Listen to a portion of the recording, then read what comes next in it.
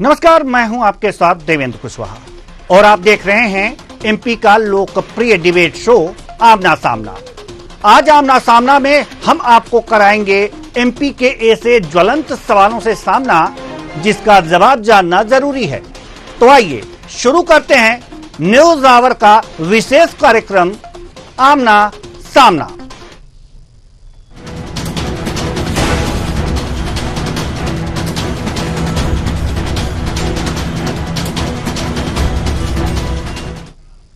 लोकसभा चुनाव 2024 में एमपी ने 29 की 29 लोकसभा सीट बीजेपी को दे दी। केंद्र में बीजेपी की सरकार भी बनी, लेकिन केंद्र सरकार के बजट में एमपी का हाथ खाली रहा। ऐसे में विपक्ष बजट को लेकर राज्य सरकार को घेरने में लगा हुआ है। सीएम मोहन यादव बजट से आशा तो बहुत लगाए होंगे, लेकिन उनके हाथ झुनझुना लगा। ऐसे में उनका यह कहना कि भारत के विकास में एमपी का विकास छिपा है, शायद उनकी मजबूरी से ज्यादा और कुछ नहीं। केंद्रीय वित्त मंत्री निर्मला सीतारमण ने जो बजट पेश किया है, उस बजट के पूरे भाषण में कहीं भी मध्य प्रदेश स्पेसिफिक योजनाओं का जिक्र नहीं किया गया। हालांकि युवा, किसान और महिलाओं के लिए जो घोषणाएं की गई हैं, उनका फायदा मध्य प्रदेश को भी मिलेगा। लेकिन अफसरों से लेकर नेताओं तक को विशेष घोषणाओं की उम्मीद थी, लेकिन उनके लिए कुछ ऐलान नहीं हुए। हालांकि मुख्यमंत्री डॉक्टर मोहन यादव ने बजट को लेकर कहा कि यह विकसित भारत का बजट है और उसी में मध्य प्रदेश का विकास भी है। सुनिए। यशस्वी प्रधानमंत्री श्रीमान नरेंद्र मोदी जी के नेतृत्व में विकसित भारत का आधार पर जो बजट प्रस्तुत किया गया, मेरी अपनी ओर से बजट की बहुत बहुत बधाई। मैं माननीय वित्त मंत्री श्रीमती निर्मला सीतारमण जी को भी बधाई देना चाहूँगा, जिनके माध्यम से भारत की चमक और महंगाई दर पर कंट्रोल करने की जो भावना है वो परिलक्षित होती है। खास करके सरकार की 9 सूत्री योजना जो प्रस्तुत की गई, जिसमें कृषि उत्पादकता, रोजगार और कौशल प्रशिक्षण, आर्थिक विकास, समावेशी मानव संसाधन विकास और सामाजिक न्याय पर उनने पूरा बजट केंद्रित किया है। निश्चित रूप से यशस्वी प्रधानमंत्री के नेतृत्व में भारत दुनिया में अपनी एक नई पहचान कायम करेगा। ये बजट मध्य प्रदेश को भी अपने विकास के साथ कदम से कदम मिलाने के लिए मौका देगा। विकसित भारत में ही विकसित मध्य प्रदेश की संभावना भी छिपी हुई है। इस नाते से मैं पूरे बजट की अपनी ओर से बधाई देता हूँ, शुभकामना देता हूँ। सीएम की इस बात को कुछ दूसरे शब्दों में बीजेपी प्रदेश अध्यक्ष वीडी शर्मा ने कुछ यूं कहा, सुनिए। आगामी आने वाले 2047 के विकसित भारत के संकल्प को पूरा करने वाला, उस संकल्प के लिए खाका तैयार करने वाला बजट है। और इस बजट के अंदर माननीय प्रधानमंत्री जी ने गरीब, किसान, नौजवान, महिलाएं, जो माननीय प्रधानमंत्री जी बार बार कहते हैं कि मेरी देश की ये 5 जातियां हैं, उन 4 जातियों को सशक्त कैसे बनाया जाए, माननीय प्रधानमंत्री मोदी जी ने इस बजट के अंदर ये प्रावधान किया है। इसलिए अगर मैं कहूं कि देश के नौजवानों के लिए 2 लाख करोड़ का बजट का प्रावधान करना, जो नौजवानों को रोजगार और कौशल प्रशिक्षण के लिए 4 करोड़ 10 लाख नए रोजगार के सृजन जो नौजवानों को मिलेंगे 5 वर्षों के अंदर, ये विजन माननीय प्रधानमंत्री जी का है। बजट को लेकर पीसीसी चीफ जीतू पटवारी ने कहा है कि लोकसभा चुनाव में मध्य प्रदेश की जनता ने जिन उम्मीद के साथ बीजेपी को जनमत दिया था, बजट में तमाम उम्मीदों के साथ कुठाराघात किया गया है। रोजगार, किसान उन्नति के साथ साथ महिला उत्थान के जो वादे ने प्रदेश की जनता से किए थे, उनकी वास्तविकता इस बजट में दूर दूर तक नजर नहीं आ रही। सुनिए जीतू पटवारी, पीसीसी अध्यक्ष मध्य प्रदेश, क्या कुछ कह रहे हैं। पर इस बजट में मध्य प्रदेश के उस भावना के साथ धोखा किया गया। 29 सांसद मिला क्या,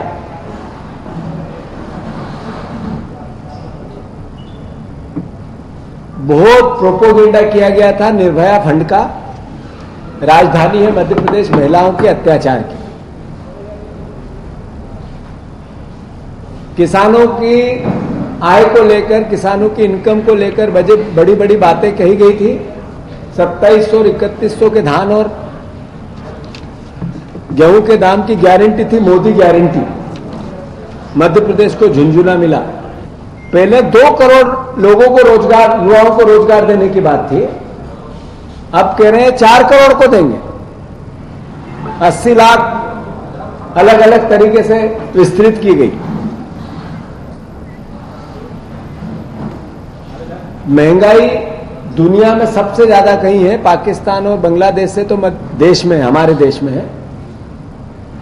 बेरोजगारी दुनिया के सब देशों में सबसे ज्यादा कहीं है तो भारतवर्ष में है। जिस तरीके से बजट का प्रस्तुतिकरण हुआ, मैसेज है पहले सिंगल झूठ में काम चलता था, अब डबल झूठ से बजट का बखान हो रहा है।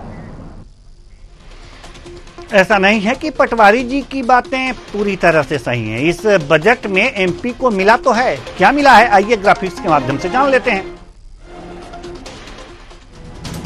इंफ्रास्ट्रक्चर डेवलपमेंट के लिए करीब 10,000 करोड़ रुपए यहां पर मिले हैं। इस राशि से 5 शहरों में रिंग रोड बनेंगे। इंदौर, भोपाल, जबलपुर, ग्वालियर और सागर इसमें शामिल है। उज्जैन के महाकाल मंदिर तक रोपवे बनाने की घोषणा हुई है। यह रोपवे श्रद्धालुओं को 7 मिनट में मंदिर तक पहुंचाएगा। 100 करोड़ का प्रोजेक्ट केंद्र ने दिए 50 करोड़ रुपए। तो 100 करोड़ के प्रोजेक्ट का केंद्र ने 50 करोड़ रुपए ये दिए हैं। ये सारी स्थितियां हमने आपको बता दी। अब ये मिला तो है एमपी को, लेकिन राज्य सरकार जो चाहत रखती थी वह चाहत पूरी नहीं हुई है। क्या चाहती थी एमपी सरकार की केंद्र सरकार के बजट से? आइए तनिक इसको भी जान लेते हैं इस ग्राफिक्स के माध्यम से। क्या चाहती थी सरकार, आइए जानते हैं। ये उज्जैन में सिंहस्थ 2028 की व्यवस्थाओं के लिए 20,000 करोड़ की मदद इसी वित्तीय वर्ष में की जाए। यह एक वैश्विक आयोजन है। बुजुर्ग पेंशन, विधवा पेंशन और दिव्यांग पेंशन के 858 करोड़ का भार राज्य सरकार पर है। केंद्र से 300 रुपए महीने पेंशन के तौर पर मिल रहे महंगाई के दौर में इसे और बढ़ाया जाए। आयुष्मान भारत योजना पर प्रति परिवार सालाना खर्च 1,950 रुपए है, लेकिन केंद्र की लिमिट 1,052 रुपए तय है। बढ़ी हुई राशि के आधार पर केंद्र 60% पैसा दे, ये बात कही गई थी। उसके बाद अगर जो बात करें कि नवंबर 2023 की जीएसटी सेटलमेंट की राशि 1,878 करोड़ होनी थी, लेकिन 1,461 करोड़ मिले। 417 करोड़ और दिए जाएं, ये बातें थी और ये देनी थी, ऐसी आशाएं थी। तो आइए अब हम इसी मुद्दे पर चर्चा कर रहे हैं कि 29 की 29 सीटें मध्य प्रदेश से केंद्र सरकार को देने वाला, लोकसभा की जो सीटें हैं वो जीत करके बीजेपी को देने वाले राज्य को उसके आशा के अनुरूप नहीं मिला। वहीं अगर जो बिहार को कहें और आंध्र प्रदेश को कहें, जिनके सहारे ये सरकार चल रही, उनको पैकेज दिए गए। तो आज इसी मुद्दे पर हम चर्चा करेंगे और चर्चा में जो हमारे साथ मेहमान जुड़े हुए हैं, डॉक्टर प्रेम व्यास, प्रवक्ता बीजेपी, राजकुमार उपाध्याय जी, प्रवक्ता कांग्रेस, आदित्य नारायण उपाध्याय जी, वरिष्ठ पत्रकार। तीनों मेहमानों का बहुत बहुत स्वागत है हमारे इस कार्यक्रम में। डॉक्टर प्रेम व्यास, प्रवक्ता बीजेपी, हम आपसे जानना चाहते हैं, बड़ी उम्मीद थी कि 29 की 29 सीटें बीजेपी को दे दी गई तो जरूर कुछ ना कुछ बड़ा मिलेगा। आशा के अनुरूप बजट में प्रावधान नहीं हुए, क्या कहेंगे आप? राज्य के विकास के लिए 2014 के बाद से डबल इंजन की सरकार सतत कार्य कर रही है। और उसके पूर्व में अगर देखेंगे तो केन बेतवा लिंक परियोजना में लगभग 43,000 करोड़ रुपए केंद्र सरकार द्वारा स्वीकृत किया गया था। काली सिंध परियोजना में लगभग 35,000 करोड़ रुपए स्वीकृत किया गया था। देवास में जो मेडिको हब बन रहा है उसके लिए केंद्र सरकार, मोदी जी जब आए थे तो उन्होंने पैसा स्वीकृत करा था। उसके बाद में लगभग 52 जिलों में प्रधानमंत्री आवास के लिए सूची भेजी, उसके लिए स्वीकृति प्रदान की गई। लगभग 81 लाख किसानों को किसान समृद्धि निधि मिल रही है। मुद्रा लोन में मध्य प्रदेश का महत्वपूर्ण हिस्सा है। तो निश्चित रूप से सभी राज्यों का विकास को दृष्टिगोचर रखते हुए केंद्र सरकार के द्वारा एक समसामयिक बजट बनाया गया है, जिसमें पूर्व से जो कार्य चल रहे थे वो अवरुद्ध नहीं होंगे। जो पूर्व में इन राज्यों को जो स्वीकृति दे दी गई थी वे कार्य भी सतत चलेंगे। और निश्चित रूप से जो बिहार जैसा राज्य का अगर कहा जाता तो यूपीए के शासन में 2014 तक मात्र 2 से 3 लाख करोड़ का वहां पर कार्य किया गया था। लेकिन अगर पूर्व की बात करेंगे तो 2014 के पश्चात 9 लाख करोड़ के आसपास का कार्य भारतीय जनता पार्टी पूर्व में कर चुकी। तो निश्चित रूप से अगर 3200 राज्यों का समसामयिक विकास होगा तब जो है भारत विकसित देशों की श्रेणी में हम जो चाह रहे हैं प्रथम 3 पोजीशन पर विराजमान होगा। चलिए, बहुत अच्छे विचार हैं आपके कि 29 राज्यों का विकास हो तब जाकर के सभी राज्यों का विकास होगा। विचार तो उच्च है। राजकुमार उपाध्याय जी, क्या कहेंगे आप?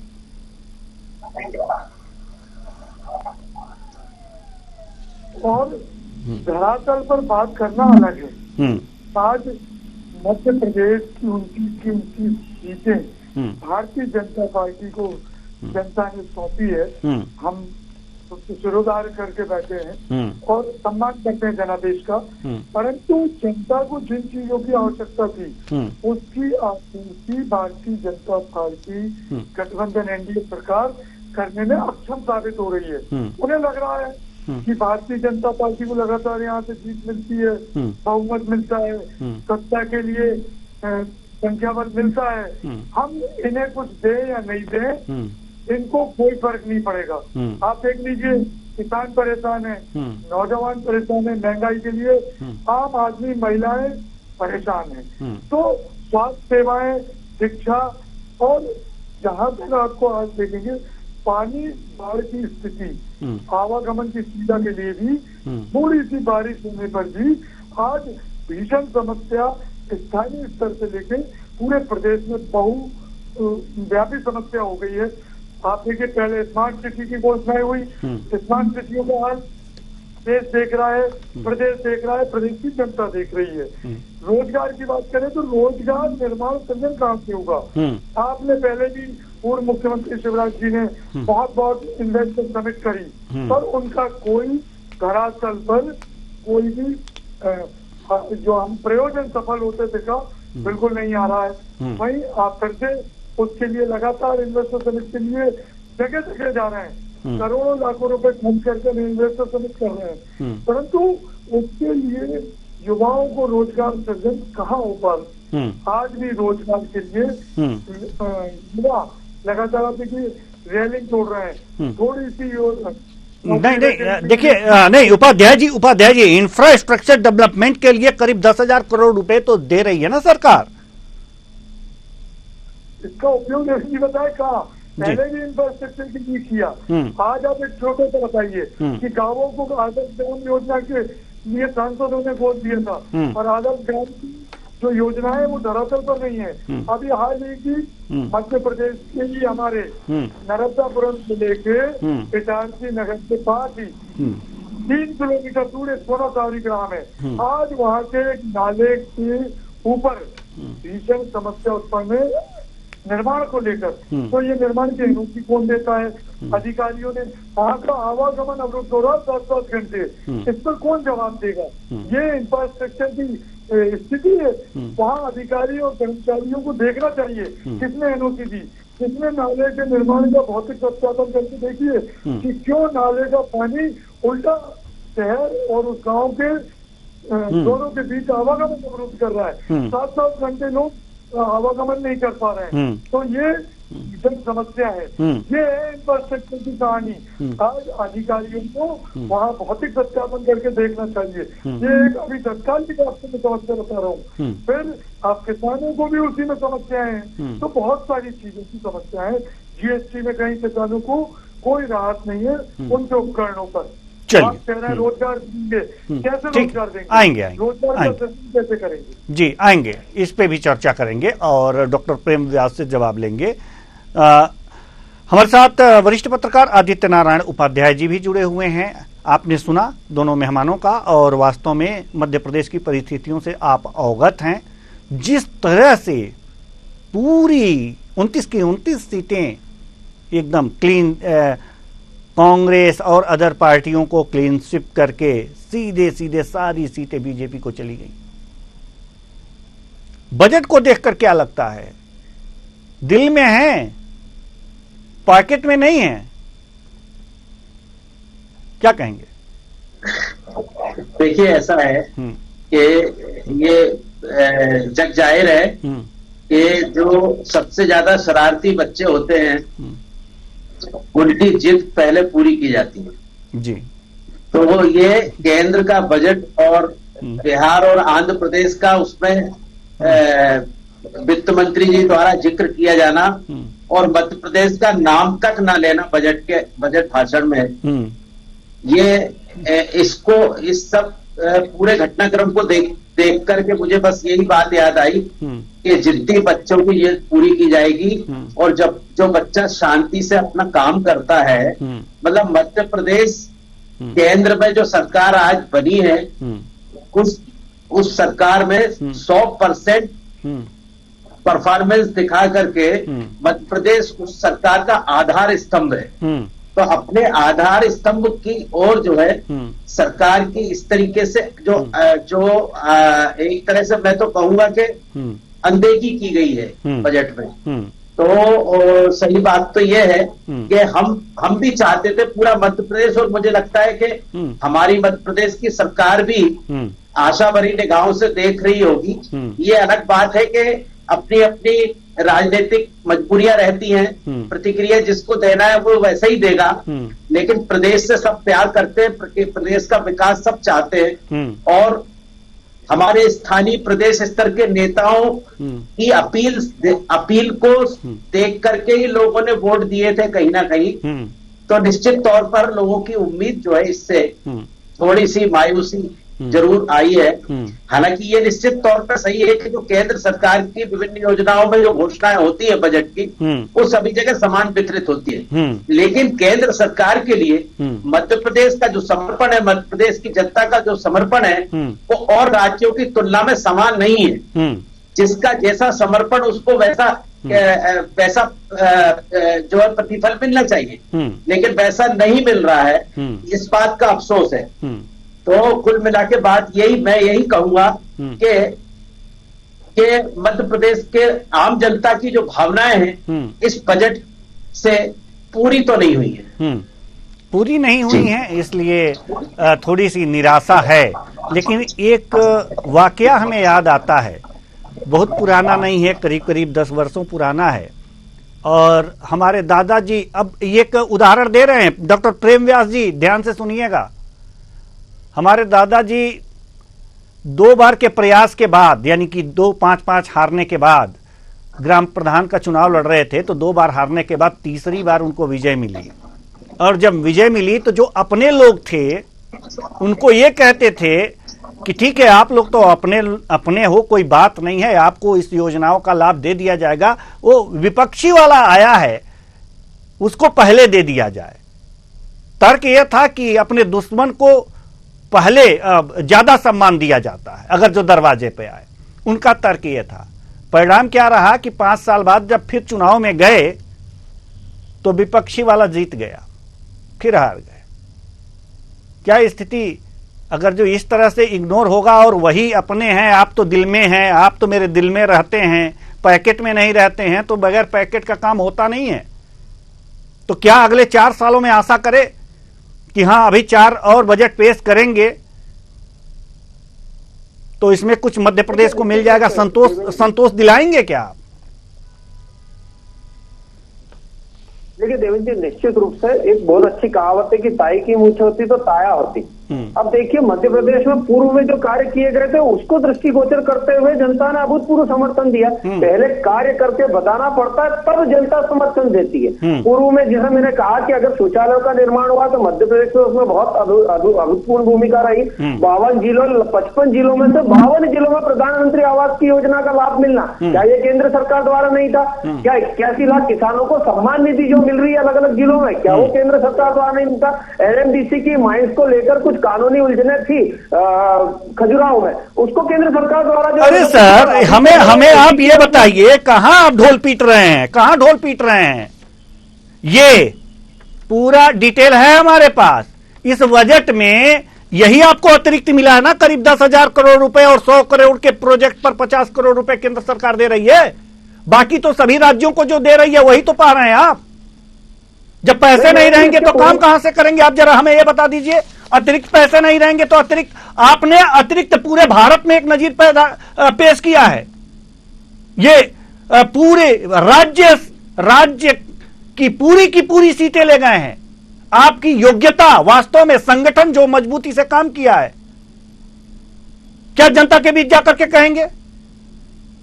देखिए देवेंद्र जी, इसलिए मैंने कहा कि बिना बजट के पूर्व से अगर कुछ योजनाओं को स्वीकृति दे दी गई, वो अगर धरातल पर है तो उसके बाद भी क्या बच जाता है? अगर ये केन बेतवा लिंक परियोजना या जो मैंने बताया काली सिंध परियोजना या रतलाम में फार्मास्यूटिकल हब है, विकास को आप हमें यह बता दीजिए डॉक्टर प्रेम व्यास जी, विकास एक सतत प्रक्रिया है, जितनी हो जाती है उससे ज्यादा की उम्मीद होती है कि हां हमने कुछ कर दिखाया। आपने किया डॉक्टर प्रेम व्यास जी, आपने किया और इसकी हम सराहना करते हैं, खुले दिल से सराहना करते हैं। और सराहना योग्य काम आप लोगों ने किया, आपके संगठन ने किया कि जनता ने सरकार ने काम भी किया, खुश थी जनता कि हां एक बार फिर पीएम मोदी को लाएंगे, और दिया भी। लेकिन जो दिया उस अतिरिक्त हुआ ना, वो एक नजीर पेश किया है आपने। और बजट में क्या नजीर पेश? जो सब राज्यों को दिया जाए वही दे दिया जाए, वही किया है ना। और ये चीज आपको मिली है हमारे पास पेपर, ये है पेपर, ये 10,000 करोड़ इंफ्रास्ट्रक्चर और 100 करोड़ का प्रोजेक्ट केंद्र ने दिया, हमने किया है। वो सभी भूल जाते हैं। सर आप क्यों नहीं मानते? अब क्या कर रहे हैं और क्या दिखेगा, ये मायने रखती है। अगर हम गलत कह रहे हो तो आप उपाध्याय जी हैं हमारे साथ, आदित्य नारायण उपाध्याय जी, पूछ लीजिए गलत मैं कह रहा हूं तो। चलिए। नहीं देखिए देवेंद्र जी, इसीलिए मैंने कहा उसमें 50,000 करोड़ जोड़ लीजिए, उसमें 32,000 करोड़ जोड़ लीजिए, उसमें नेशनल हाईवेज के पूर्व में जो स्वीकृति हुई थी वो जोड़ लीजिए। इसीलिए मैंने कहा है कि पूर्व से जिन राज्यों में विकास प्रक्रिया का सतत दौर चल रहा था, उसके बाद आवश्यक राज्यों में निर्धारित कुछ अधिक विकास की आवश्यकता है तो वहां दिया है। लेकिन ऐसा नहीं है कि मध्य प्रदेश में नहीं है, पूर्व से चल रही योजना है मध्य प्रदेश में, आज भी सिक्का और स्थिति के साथ में चल रही है, जिसमें विभिन्न मदों के माध्यम से पैसा ट्रांसफर हो रहा है। कुछ महापूर्व की बात है जब केंद्र से अतिरिक्त पैसा मध्य प्रदेश को मिला था, तो यही कांग्रेस ढोल पीट रही थी कि ये तो केंद्र पर निर्भर है, ये तो केंद्र संचालित सरकार है। जब केंद्र से अतिरिक्त पैसा मध्य प्रदेश को मिला था, तो निश्चित रूप से अधिक विकास पथ पर अग्रसर होकर 6 रिंग रोड, महाकाल रोड पे करीब उसमें 94 लाख करोड़ रुपया विकास से आगे बढ़ रहे हैं जी। कुछ खर्च भी नहीं हो पाए हैं अब तक, वही बात कर रहे हैं, ऐसा कुछ है। वो खर्च नहीं हो पाए हैं, कांग्रेस ने यह भी कहा था। और राजकुमार उपाध्याय जी बड़े अच्छी तरीके से बताएंगे भी, क्योंकि कल ही या परसों में कल ही प्रेस कॉन्फ्रेंस हुई थी कांग्रेस की। उपाध्याय जी जरा बताइए, तो अब समय नहीं है, जरा कम समय में जरा बता दीजिए डॉक्टर प्रेम व्यास जी को।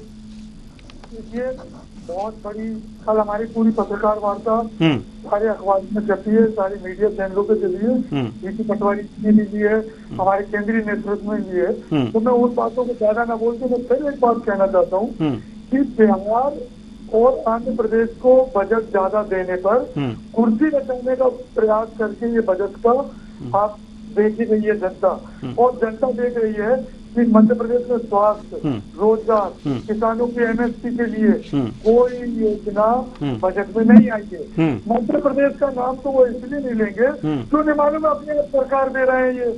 ये कार्यकर्ताओं के और संगठन जो भी ये कह रहे हैं, जनता ने जो अभूतपूर्व समर्थन दिया इन्हें, उसके बाद ये बजट में मध्य प्रदेश की भागीदारी ना होना, मध्य प्रदेश के उत्थान की भागीदारी नहीं होना, ये प्रदेश की जनता का घोर अपमान है। चलिए, अपमान आप अपमान बता रहे हैं, आपको तो मौका मिला ही है, अपमान बता दीजिए। लेकिन अभी 4 और बजट पेश होंगे, उसमें हो जाएगा। ठीक है, हम आएंगे सर, आपके पास आएंगे। कुछ कहना चाह रहे हैं, जल्दी से कह लीजिए। आदित्य नारायण जी, बिल्कुल समय नहीं है ना हमारे पास, जल्दी से सर, जल्दी से बोलिए।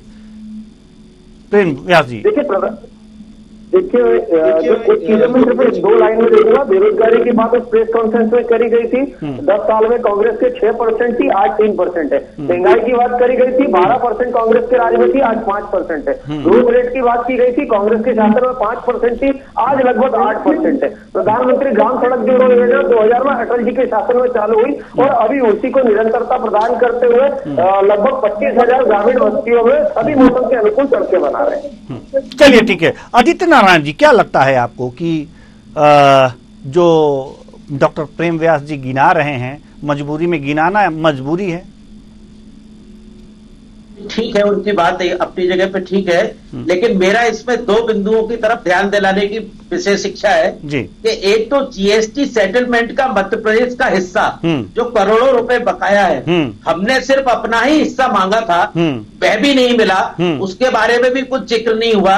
और दूसरी चीज, शिवराज सिंह चौहान जी जिनके कहने पे मध्य प्रदेश, जिनके आह्वान पे मध्य प्रदेश का जब प्रदेश का चुनाव हुआ था विधानसभा का, जिनके कहने पे ठीक है मोदी जी का चेहरा जरूर सामने होगा, लेकिन शिवराज सिंह चौहान के चेहरे को देखकर भी जनता ने वोट किया था मध्य प्रदेश को। आज वही शिवराज सिंह चौहान जी केंद्र सरकार पे हैं। मुझे लगता है कि उन्होंने ठीक से मध्य प्रदेश की पैरवी नहीं कर पाए। इस बात को भी ध्यान रखने योग्य है, ये प्रमुख बिंदु है। जी, ये प्रमुख बिंदु है। अब चूंकि समय 2700 रुपए 3100 रुपए वही धान और गेहूं के भाव तय करने की बात कही थी एमएसपी पे। वही महिलाओं को देख लीजिए आप, 3000 रुपए तक रानी लक्ष्मी बोली थी, फिर वही 450 रुपए सिलेंडर। आप देखिए धीरे धीरे उल्टा बिजली के बिलों का करंट भी आम जनता, किसानों, व्यापारियों को लगातार। ठीक है सर, ठीक है, हमारे पास समय नहीं है, नहीं तो इस चर्चा को और आगे बढ़ाते। बहुत बहुत धन्यवाद सभी मेहमानों का, आप आए और अपने अपने विचार साझा किए। तो कुल मिलाकर के देखा जा सकता है कि मध्य प्रदेश में बजट भारी लेकिन एमपी का हाथ खाली। वास्तव में एमपी ने जो बीजेपी के लिए किया, वो यहां के लोगों ने जो किया, वास्तव में एक नजीर है। पूरे राज्य की पूरी सीटें बीजेपी के खाते में, झोली में डाल दी। लेकिन जो बजट आया, विकास की जब बात आई, तो यहां पर एमपी अपने आप को ठगा ठगा महसूस कर रहा है। लेकिन हां, अभी तो 4 बजट और पेश होंगे, फिर देखा जाएगा कि इसमें क्या स्थिति होती है। वैसे ये भुलाने वाली बात नहीं है, अगर जो एमपी दिल में है तो पैकेट भी मजबूत होना चाहिए, उसके पैकेट में पैसे भी आने चाहिए, तभी विकास होगा। नहीं तो दिल से निकलते देर नहीं लगेगी। फिलहाल इस कार्यक्रम में इतना ही, मुझे दीजिए इजाजत, नमस्कार।